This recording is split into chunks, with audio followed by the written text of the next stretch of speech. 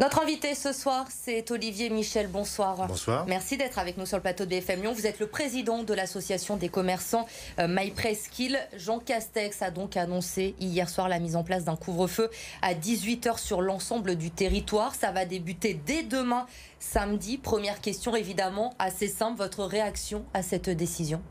Une réaction négative forcément, parce que ça va impacter les commerces, mais en même temps, si on veut un jour se sortir de ce problème de virus, il faut avoir des actions. On est plutôt content que ça ne soit pas un confinement, un troisième confinement, et donc on va s'adapter.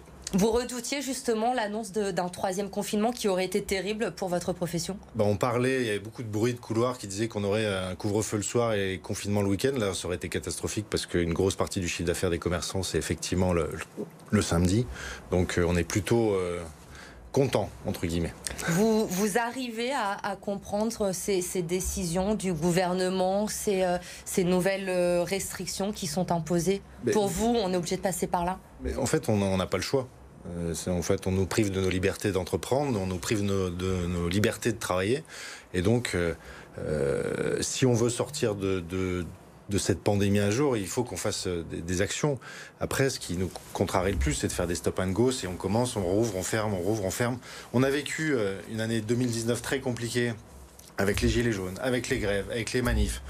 Là, en 2020, on a la Covid. À un moment, tous les commerçants sont fatigués, sont épuisés et se disent, mais quand est-ce qu'on va s'en sortir?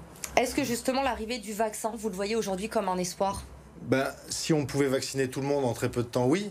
Mais après, tout dépendra du temps qu'on mettra à vacciner tout le monde et puis que l'immunité collective soit mise en place. Alors on le disait, à partir de demain, tout le monde à la maison, à partir de 18h, c'est très tôt pour vous. Comment vous allez vous adapter? Est-ce que certains commerçants vont peut-être ouvrir un peu plus tôt le matin pour essayer d'avoir un peu plus de clients? On a questionné un peu notre réseau d'adhérents. Certains, effectivement, vont commencer un petit peu plus tôt, mais c'est pas la majorité. Des fois un quart d'heure, une demi-heure plus tôt, mais l'habitude des clients n'est pas forcément de venir le matin. Alors peut-être le samedi, mais en tout cas en semaine, ça va être très compliqué parce qu'en général, à 8-9 heures, les gens sont au travail. Par contre, effectivement, à 17h30, tout le monde va commencer à dire à ses clients, ça y est, on va fermer dans une demi-heure, donc pressez-vous un peu, quoi. Ça représente quoi pour vous, le chiffre d'affaires entre 18h et 20h? C'est là où vous travaillez le mieux, semaine en tout cas? En semaine, c'est 15 à 20%, clairement. Le week-end, effectivement, le samedi soir, un peu moins parce que les gens sont étalés sur la journée, mais globalement, c'est 15 à 20% sur la semaine, quoi. Est-ce que vous craignez qu'avec ce couvre-feu à 18h, il y ait plus de monde dans les boutiques en journée et que pour vous, ce soit un petit peu plus compliqué justement à gérer cet afflux de clients dans les boutiques, à devoir peut-être voir des files d'attente se mettre en place sur les trottoirs? Si tout le monde respecte la même consigne, il n'y aura pas de problème. Tout ce qu'on redoute, c'est que les centres commerciaux ne fassent pas de comptage comme on fait nous et qu'on soit encore une fois pénalisé.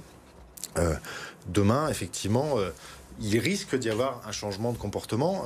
On espère que les employeurs vont peut-être donner des flexibilités à leurs salariés, comme il y en a certains qui sont en télétravail, de dire vous pouvez pendant la journée prendre une heure pour aller faire vos courses, pour justement éviter que tout le samedi, tout le monde soit dans les magasins ou dans les centres commerciaux pour se transmettre malheureusement le virus. Mercredi, c'est une date importante pour vous également avec le début des soldes. Ils ont été repoussés cette année. Est-ce que vous avez peur que les clients ne soient pas au rendez-vous de ces soldes? Il y a beaucoup de magasins qui commencent à faire des ventes privées. On le voit clairement sur les réseaux sociaux. Donc, on ne sait pas du tout ce que ça va donner pour ces soldes-là. La plupart des gens venaient quelques jours à l'avance pour repérer des articles. On n'a aucune c'est comme la pandémie, on ne sait pas. On va voir. Et pourtant, j'ai pas de boule de cristal, donc je peux pas vous dire à l'avance. Pourtant, j'imagine que les commerçants comptent énormément sur ces soldes. Ça va peut-être permettre à certains d'entre eux de sortir la tête de l'eau. Honnêtement, c'est très compliqué d'anticiper. Effectivement, tout le monde attend que les soldes nous permettent de grandir parce que les stocks sont importants. On n'a pas pu tout liquider dans nos magasins. Donc, on espère que les soldes vont marcher. On espère que les gens vont avoir la délicatesse de se répartir sur la semaine pour pouvoir éviter que les 2 samedis et les 2 dimanches qui ont été ouverts exceptionnellement puissent fonctionner, quoi.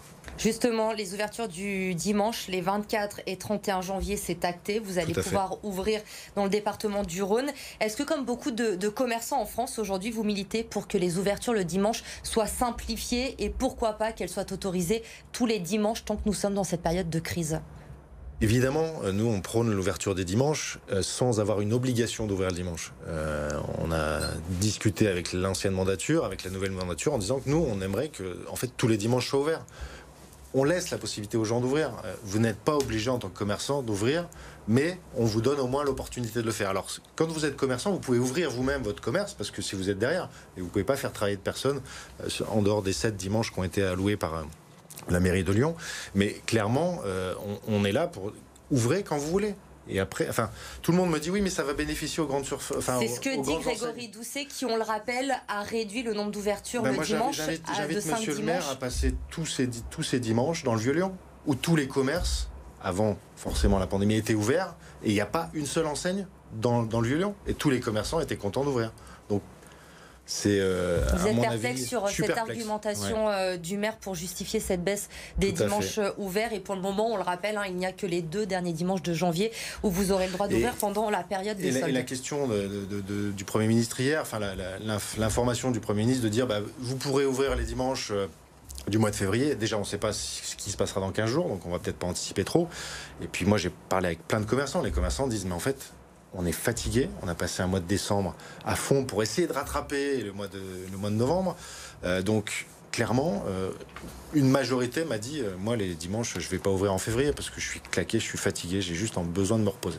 La fatigue, le ras-le-bol des commerçants, évidemment, on en parle énormément. Après presque un an de crise, justement, quel bilan vous pouvez faire auprès des commerçants de la presqu'île? Le président de la CCI sur ce plateau estimait que 20% des restaurateurs lyonnais ne pourraient pas rouvrir après la crise.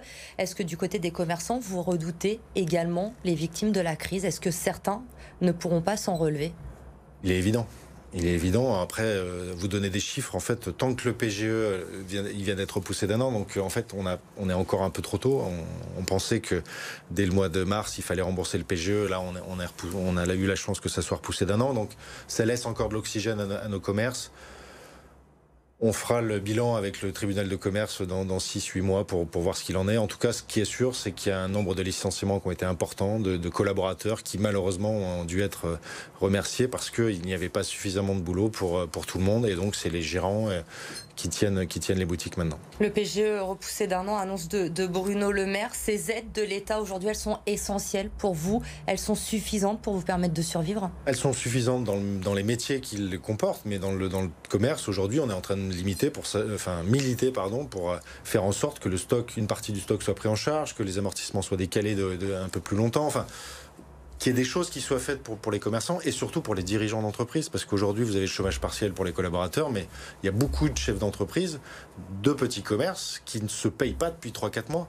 Et là, ça va être compliqué dans les mois à venir parce qu'ils ont mangé leur bas de laine, entre guillemets, et donc on verra dans les mois à venir ce qui va se passer. Aujourd'hui, dernière question, vous avez toujours cette épée de Damoclès au-dessus de la tête. Vous craignez, comme vous l'évoquiez tout à l'heure, un 3e confinement pour le mois de février? Évidemment, et ça serait dramatique. Donc, mais de toute façon, entre guillemets, on n'a pas le choix.